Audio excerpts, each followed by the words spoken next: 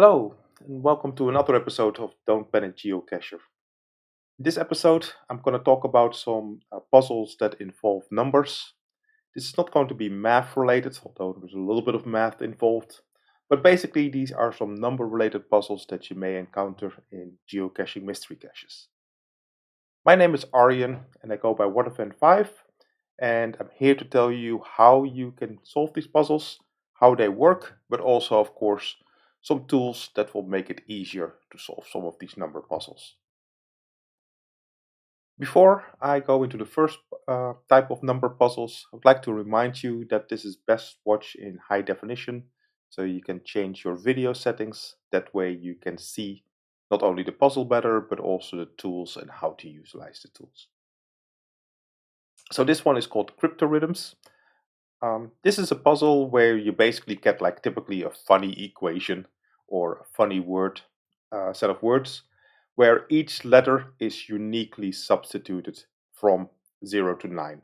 So if it has 9 different letters or 10 different letters, all different numbers will be used. If less than 10 different letters are used, then some of the numbers may not be used. But in almost all cases, all the numbers are unique, so that means that no two letters can map to the same number. In most cases, it will be a sum that is kind of like an addition, but it doesn't have to be. So I'll give you an example of each. So here is the thing. It says number plus number is puzzle. And I'll show you later on some other examples as well. So basically the n is a number. Typically the first number will not be 0, so that's something you can already take into account. And then the u will be a number, and every time the u appears, it will be the same digit, right, between 0 and 9. And it's your job to make this work as a correct math equation by substituting each letter with a unique number, where each one is the same one. The second one is somewhat similar, so this one has a lot of O's, but it doesn't mean anything. It could be any number from 0 to 9, and it's your job to find out to make this equation work so that it is a valid equation. Now I'll show you the answer. So if we look, this is the answer. You see that the n is a 2, and for example here the z is a 3, the l is a 7, and so on, and all numbers from 0 to 9 is used. And if you now look at the math equation, then you see that this number plus this number, indeed, if you would verify it on the calculator, is this number. So the equation works. So a lot of these puzzles have only one solution, so that makes it ideal for a geocaching puzzle, because now you can say, okay, whatever the value of the letter u is, that is this digit of the coordinate. Whatever the letter of the z is this number of the coordinate. So it's pretty straightforward to now make a puzzle out of this, where if you have solved this, you now have your digits and just a matter of substituting them in their given coordinate. Similar with the next one, but it's a slightly more trickier puzzle because now we have multiplication involved. So now it's cool times code is your call, right? So there's many ways to solve this. You could write some programming. That's probably, in this scenario, cool code probably refers to programming code. And you could have used to trial and error by trying to substitute numbers and trying to figure out what equation would work. So if we would verify this equation, that indeed this part is the same as this part if you do the multiplication. So pretty hard to solve, but you see that indeed, same as the rule as above, if the same letter is used, so letter O in this case refers to the number 0, A refers to the number 3, and so on. So L, for example, is 8, and that means that this one, of course, is also an 8. But there's a lot of different combinations, so this may be pretty hard to solve. Now I'm going to show you a tool that makes this a lot easier. So here's the tool that I use. I called it Solve ABC because it's really for solving letters. Key trick is that all of them have to be numbers, whole numbers. This is not a math tool.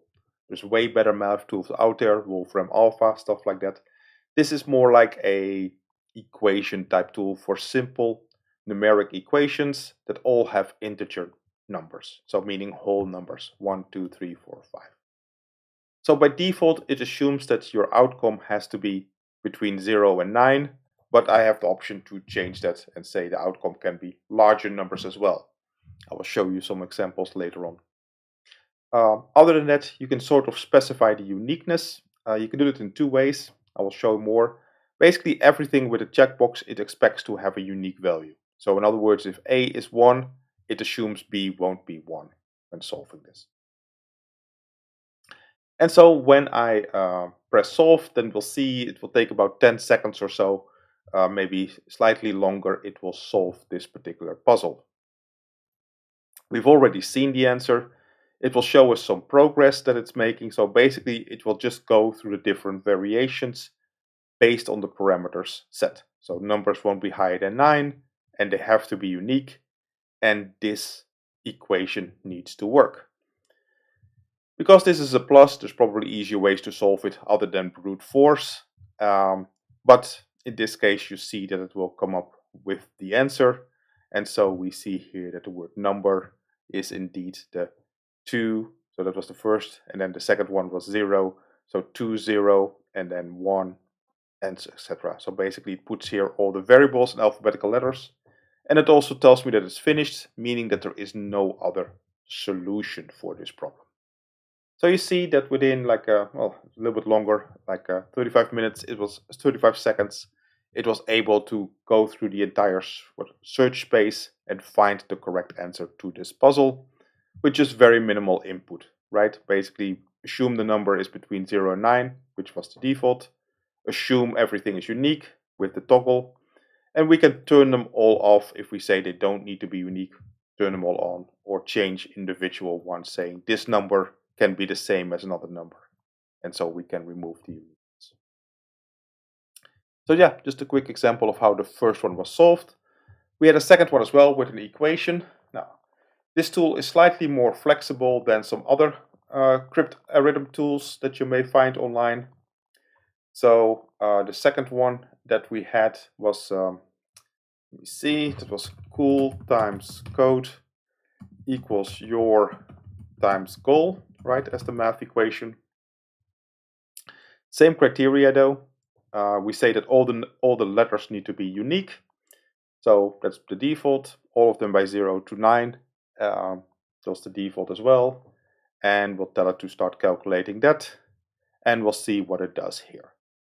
And again, it shows you a little bit of the progress. And typically, you will see with these puzzles that it will make a lot of progress in the beginning, and then it will just try to find that last missing number, because kind of how the equations work. It works for everything except one of the variables, because then it doesn't work.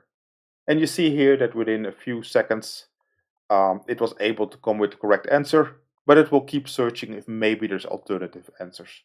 It happens quite a bit that a puzzle may have multiple solutions, and so it will keep searching and see if the answer is there, but it already shows you the answer is found.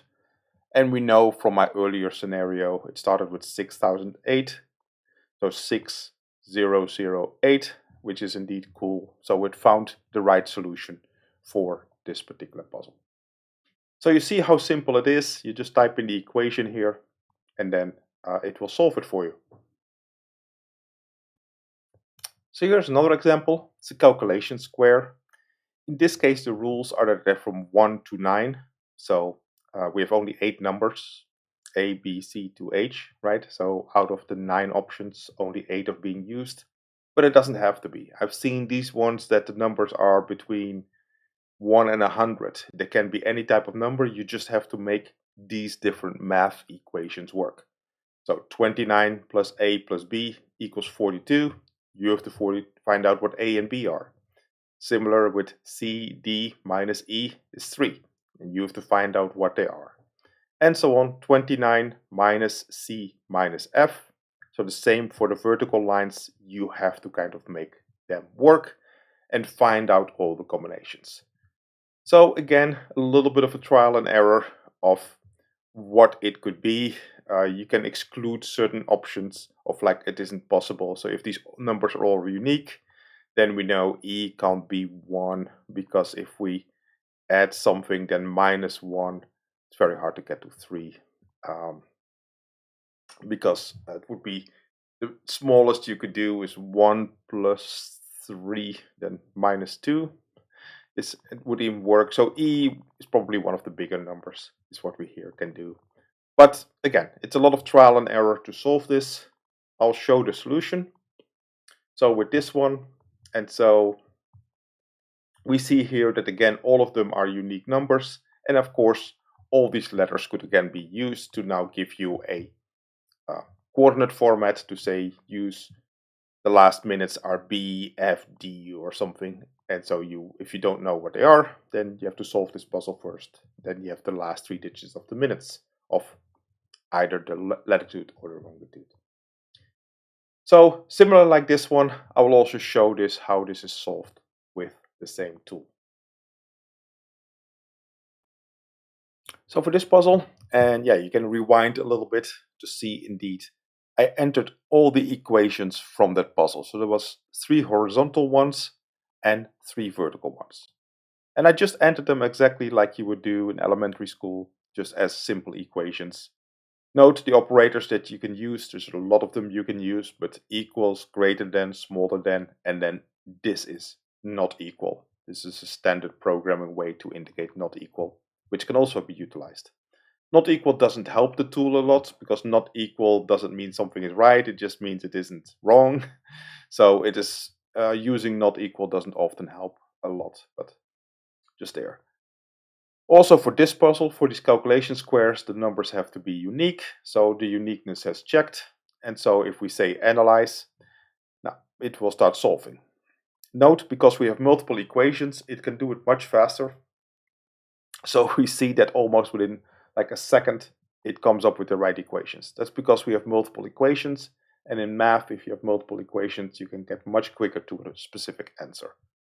So that's what we see here. So we see the right solution popped out like almost immediately. Note that all of them were unique because that was a requirement. This puzzle wouldn't have a solution if it wasn't unique. So if you toggle the uniqueness for all of them, you see that there's many different solutions that would work. So it would say these are all valid solutions because they now are not unique, right? So they have multiple options. So the 4, for example, you see here is used in multiple places. And here the 3 was used in multiple places. So yeah, that's just a little bit of how that uniqueness is important as well, but how you can solve this puzzle. If there's multiple equations, just type in the equations. If you need more space, you can have lots of space to enter in all your equations. I hope you're enjoying this. So if you do, please like and subscribe. That way other people can find these episodes as well, and we'll just get more puzzles and more people involved in mystery caches, and also allows people to share their experiences, right? And solve more of them. So another one I want to talk about, this is a very standard. It is I think originally a Japanese style puzzle called Kakuro. And Kakuro is that basically it's almost like a crossword, but instead of getting words that you have to fill in, you have to fill in the numbers. And kind of similar rules, the numbers are anywhere from 1 to 9. And a little bit like a Sudoku, things can't really repeat within a certain segment. So we see I put in all the letters here. That will become later on important. But again, it would be very easy to see how to make a geocaching puzzle out of it, because you can say, oh, D, F, P are the minutes to longitude or latitude, and then Z, alpha, K is the one for the latitude. So now you have a puzzle, right? And people have to solve this game. Now, how does this work? You can only fill in the numbers 1 to 9 within a certain segment, and they won't repeat. So for example, 16 can't be 8 plus 8, because 8 would repeat. C, D, and E can be 8 again, because that's not within the same equation. And similar, like, so you see the number right here, down, we see that this needs to be 23 combined. So you're looking at the number that's above it, not the one that's below it. And so this one goes down. So AFL combined needs to add up to 23. Now there's lots of logic that you can do this, and these are actually, if you like these type of puzzles, they're not bad to solve in most cases. So for example, we know that if we can only fill in the number 9, this really needs to be 9 and a 7 or a 7 and a 9. That's the only way to get to 16. As similar like with F and G, that's either an 8 and a 9 or a 9 and an 8. So we see that the 9 appears in both of these equations, but we know they can't be underneath each other. So if A is 9, then we know that F can't be 9 because they can't repeat, right, for these scenarios. And so you can kind of like Sudoku, you can kind of eliminate numbers that are possible. And if you keep doing that, then you will find the numbers. Sometimes by very high scenarios, like we just had, we can only make this number by doing high numbers. Sometimes by having very low scenarios, like for example here, the kappa and the lambda have to be combined 3. Well, that can only be done by 1 and 2. So anything but 1 and 2 is not possible. So similar with this one, the maximum of these two can be 4, because the other one has to be lower than 4. 4 plus 1 is the highest one. But we know that we use 1 here. So again, if we used 1 here, then in the same column, the other one can't be that one. So if we do all that, then here we see the outcome, and you see here the ones being opposite of each other. We're seeing the 9s being in different columns, and so on. And indeed, the 9 and the 7 and the 9 and the 8, as we derived, were indeed here. It's just a matter of in which order they were. So also for this, the same tool can be used. It's a little bit of work that you would have to do, because you have to assign kind of like a unique letter to all of these cells. But if you would take the time, then we can see that it would solve this as well. So yeah, let's take a look. So for the Kakuro puzzle, this is actually one of the standard examples. I have 4 standard examples built in. This is example number 4. It will automatically set all the equations, and then we see it here solving the puzzle really quick, and we have all the numbers. But we had to enter in all the equations, right? So all the horizontal ones, and again, you can scroll back a little bit. A plus B was 16 horizontal, then CDE horizontal had been 24. So basically I entered in all the equations, and at some point we're running out of letters, so then we started switching to the Greek alphabet to give us some more variables. So this is the maximum number. I think, well, it's 6 times 7, so you have 42 that you have available here. Yeah, the other thing that you see here is that it started all with 1 now. So the sample automatically set everything to 1, because for Kakuro puzzles, 0 is not a valid option. If we allowed 0, there might have been other possibilities for this puzzle. So something to take into account. It used also an other rule here, and that basically it says every expression variable values are unique. So basically this is a single expression, and by setting this checkbox, we say A and B need to be unique, but note that we didn't set the global uniqueness, because A and B in this case were 9 and 7. 9 could be used as well, and actually E is 9. If you look at the answers, you see E is 9 as well. So only the uniqueness is only within a single line, but across lines if a variable is used. So we know C, D, and E need to be unique amongst each other, but the values of those can be used elsewhere. Now these are just, like I said, this is the standard example that is built in here. This is actually the Kakuro from Wikipedia that is solved here. So this is the standard Wikipedia Kakuro that is now solved. I'll show you the other examples as well. So let's take a look. So if I go to sample 1 is just one where it shows different equations and use of different variables. It doesn't really mean anything, it's just different things. So you see here multiplications is used, greater than is used. It uses some of the Greek alphabet letters, and here you see a division, but also, for example, brackets can be used. So it can do mathematical equations as long as they are integer numbers. So no fractions, no nothing like that. You can of course cheat a little bit. If you know that it is 1-digit accuracy, you can basically multiply everything by 10 and then it would still be able to solve it. But in no shape or form do I claim this to be a good math tool. It is not. It is a brute force tool for integer type problems. Second one, this is again a Cryptarithm puzzle. This is a very popular one. Send more money. So basically send plus more equals money. And this is the solution to that particular problem. So S is 9, so it starts with a 9, and then M, 1. So that's why we get a 10 digit, and then M is 1 again, 9,000 plus 1,000, 10,000, makes sense. So you see how quickly it solved it. Within a few seconds it can come up with the answer.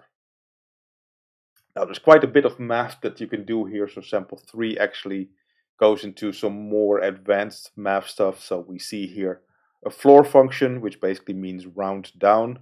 So C type D may not always be an integer, but we say here make it an integer by rounding down. This is power functions, so basically 3 to the power 2 is 9 and 4 to the power 2 is 16. So it can calculate those. We can also do the reverse, square root. We can do modulo operations. So basically, what is the remainder? We can do that. And here you see greater than. And you see it has no problem solving this. And I also used numbers higher than 9 in this example. So a lot of different options. Note that the variables always have to be uppercase. The functions have to be written in lowercase to not confuse them with variables. We saw earlier with send more money. They were in uppercase, so that is important to realize. So yeah, these were some examples of number puzzles. There's many of them. So all of them, what they kind of have in common is that it's not real math. It's more deduction and logic that comes into play. And yeah, I basically showed you a tool that does the guessing away and allows you to more brute force search for the answers if you know how to make the equations. And hopefully this video helped you with that a little bit. So these are 3 puzzles that definitely used within geocaching mystery caches. And so hopefully now when you see them, you can either solve them just with pen and paper or just some other way, or yeah, you can use some tools and make it slightly easier for certain scenarios. So that's the end of this video. Hope you enjoyed it. Again, please subscribe if you're not subscribed yet, and feel free to leave a comment if you enjoyed it, if you have some feedback on this video. You can also reach out to me for any reason that you feel possible. I'm Waterfan5, as I mentioned, so I go by Arjen, of course, my real name, on the geocaching.com website. I also have an email address if you're not a geocacher. You can reach me by Gmail, and happy to see what you have to say. If you have some puzzles that you created and you like me talk about it or see how I would approach them, happy to take a look, either for a video or just take a look at the puzzle. Just send me a quick note. With that, thank you very much for your time. Appreciate it, and till the next episode.